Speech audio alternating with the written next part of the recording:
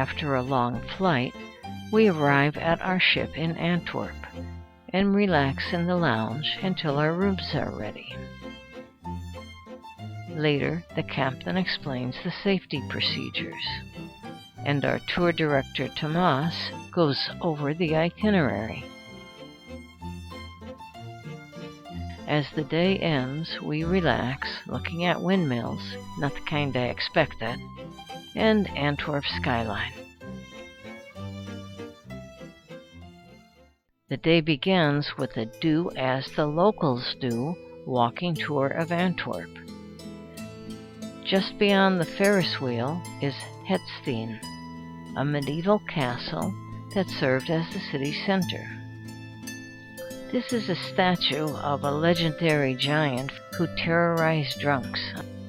Figures of the Virgin Mary on the facades of houses were said to scare the giant. It's early and the shops are closed, so there's not many people out now. In this square is the Antwerp Cathedral and a statue of Peter Paul Rubens. We are taking the metro to Antwerp Central Station, and from there we'll walk back.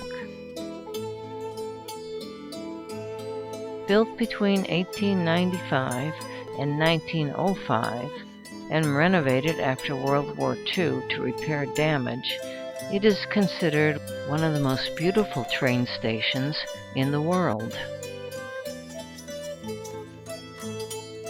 This is the front of the station. We begin our walk back on the main shopping street.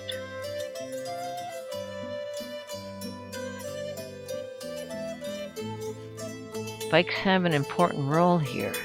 Bikes and bike lanes are everywhere, known to the locals as killer bikes. We'll come back to that. We walk through this very upscale shopping mall.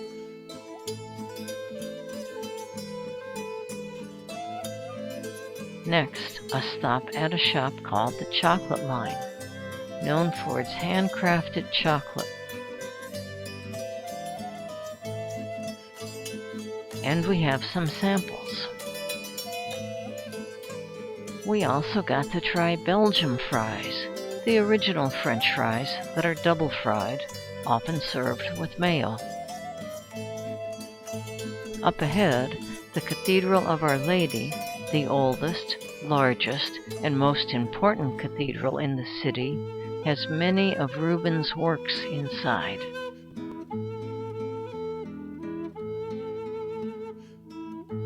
We're approaching Market Square, where there are 16th century guild houses and City Hall.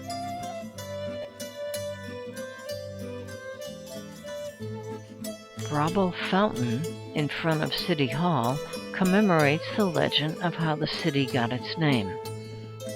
Google it. All legally binding Belgian weddings must be held at a local town hall. Was that part of the ceremony? Or a gender reveal? Back on the ship, lunch is served buffet style. After lunch, I wanted to walk to the other side of the river, but instead of a bridge, there's a tunnel. St. Anna's Tunnel has rare wooden escalators that descend several levels below the river. After descending, it's time to walk the 1,876 feet to the other side. Ascending the escalators and emerging from the tunnel, there is a fantastic view of central Antwerp. There's our ship. Having returned through the tunnel and up the escalators, it's time for a well-deserved rest before heading back to the ship. This afternoon, there is a beer tasting in the lounge. First, the beer must be served in the proper glass. To properly taste the beer, take a sniff, take 2 sips. Hold the second sip for 5 seconds. We also learned about the different colors and alcohol levels of Belgian beer.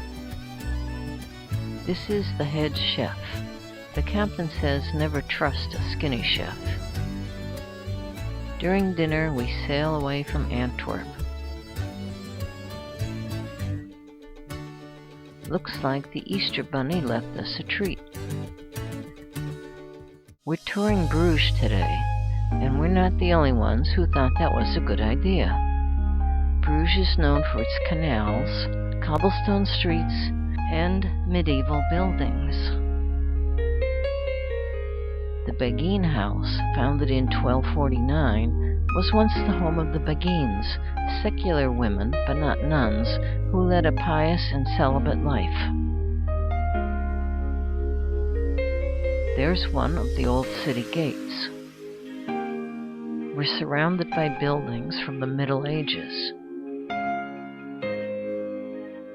That's the Church of Our Lady, which was constructed over a period of about 200 years, starting in the 13th century.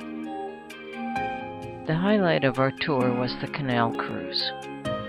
Despite some traffic jams, it is easily one of the most popular things to do, and there are plenty of tour companies which offer guided boat tours on the water.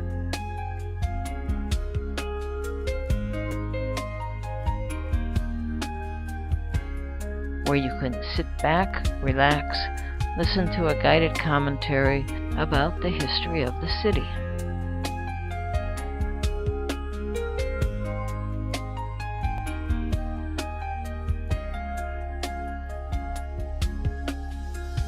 The bell tower and its inner courtyard are just steps away from the historic market square, a marketplace since 958.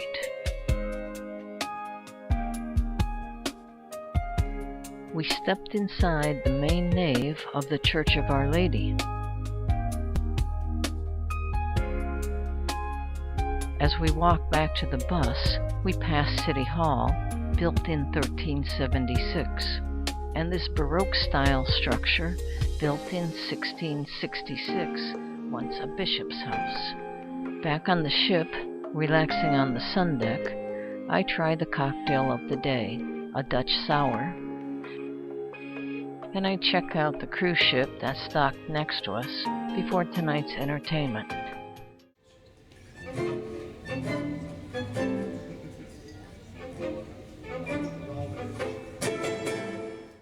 We are on a walking tour of Middleburg, with its historic canal-side houses and twisty alleyways, passing restored houses with stepped gables. These are 17th century guild houses. That hook is for moving furniture through the window. We're walking to the Abbey. The Middleburg Abbey was built in the 12th century. At almost 300 feet, the Abbey Tower is known as Long John. This is the Gothic-style town hall on the market square. And today, the market is open. This is the main shopping street, but it's early and the stores aren't open yet. Time to go back to the ship. This afternoon, we're visiting Veere, a tiny historic village with a population of less than 2,000.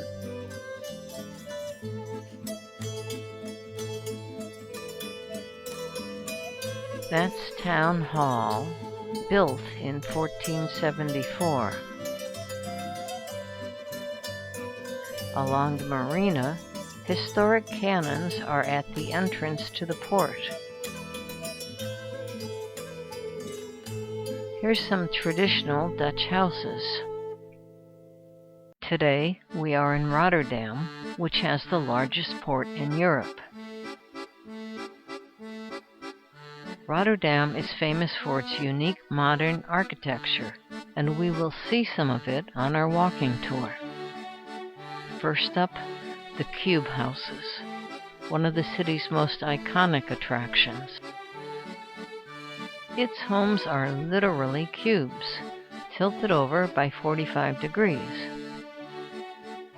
Constructed in the 1970s as houses that could be built on top of a pedestrian bridge.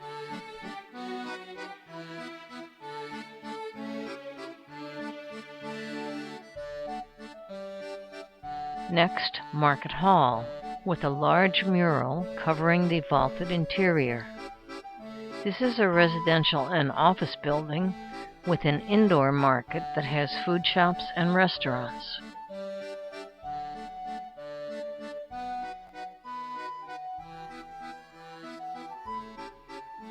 We got to try croquettes, a deep-fried roll.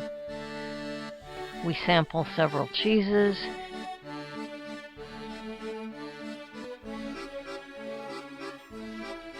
and a stroopwafel, a thin, round waffle cookie held together by caramel filling. They're really sweet. Today, there is also an outdoor market. We arrived at the Kinderdijk Windmills, a UNESCO heritage site built around 1740. These 19 windmills stand here as part of a larger water management system to prevent flooding.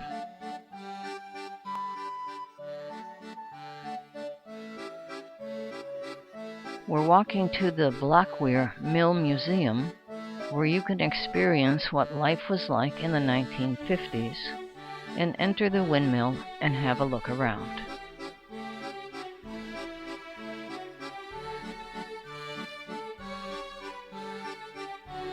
Here you can get an up-close look at some of the working parts.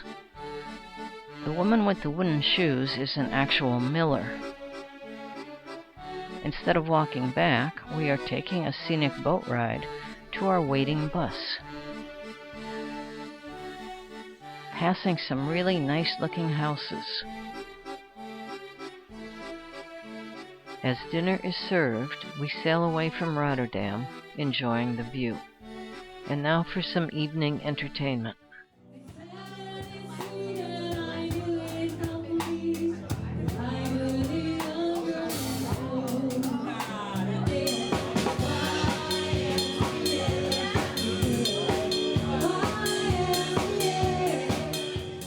We're on a walking tour of Hoorn. It was a former base for the Dutch East India Company.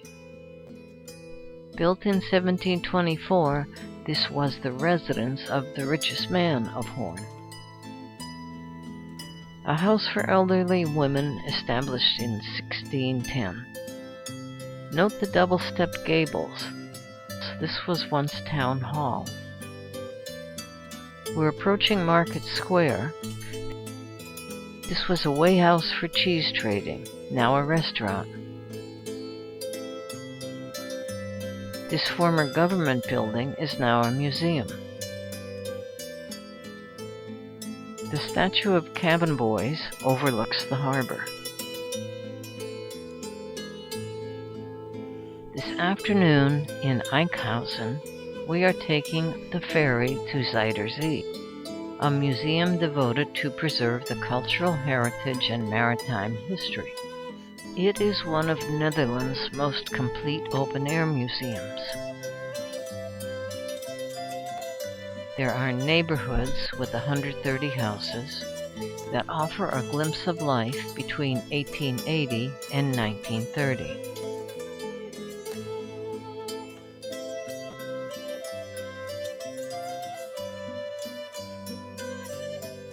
This is how rainwater is collected.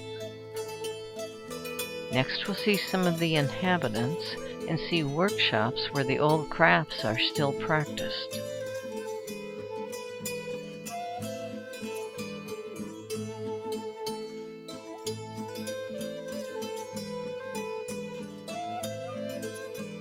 We walk to the 19th century windmill where there's a nice view of the village. We stop in a few shops. In the pharmacy, identified with the traditional symbol, there is a museum of these symbols. Say ah. The cheese shop. The sail-making shop. And it's time to end our visit.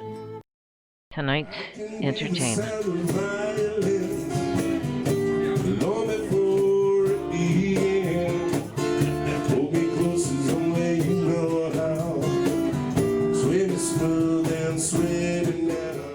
We are on our way to Keukenhof Gardens, one of the largest flower gardens in the world. We wait to enter, where inside there is almost as many people as flowers. The gardens are only open for 8 weeks, from mid-March through mid-May. There are 7 million tulips, daffodils, and other bulb flowers planted on 79 acres. It's a colorful sea of 800 types of tulips and other spring flowers. The first spring flower exhibition took place in 1950 and had about 236,000 visitors. Today, there are over 1 million visitors a year in only 8 weeks. There are over 30 full-time gardeners working here. There are also several indoor pavilions. There are so many varieties, but not just tulips. There are other flowers on exhibit.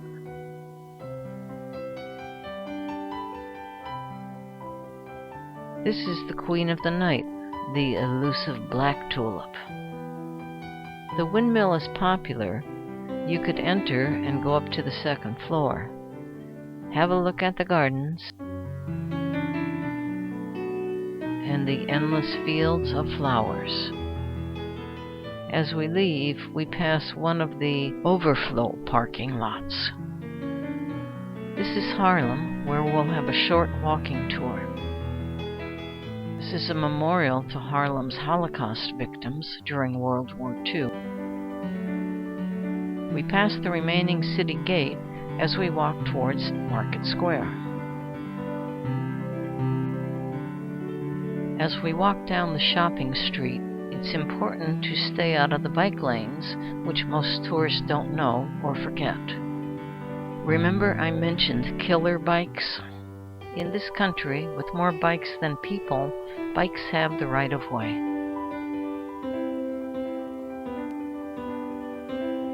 This is Market Square, and there is a huge fair for the weekend, so you hardly notice the huge Gothic-style 15th century church.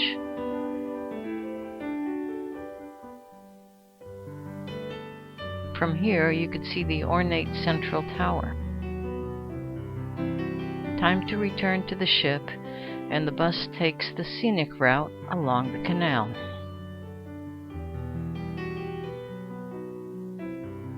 On our last day, we're in Amsterdam on a guided canal cruise. Taking a canal cruise is one of the most popular things to do in Amsterdam. More than 6 million tourists book a canal cruise every year, where you can see the city's iconic bridges and the dancing houses, 17th century canal houses.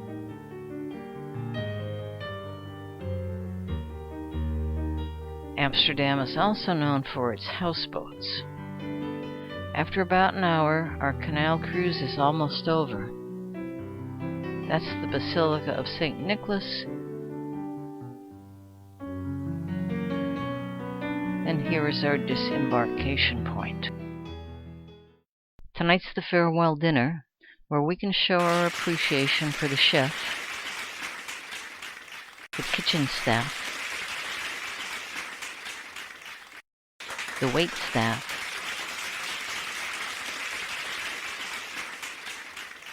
and the housekeeping staff.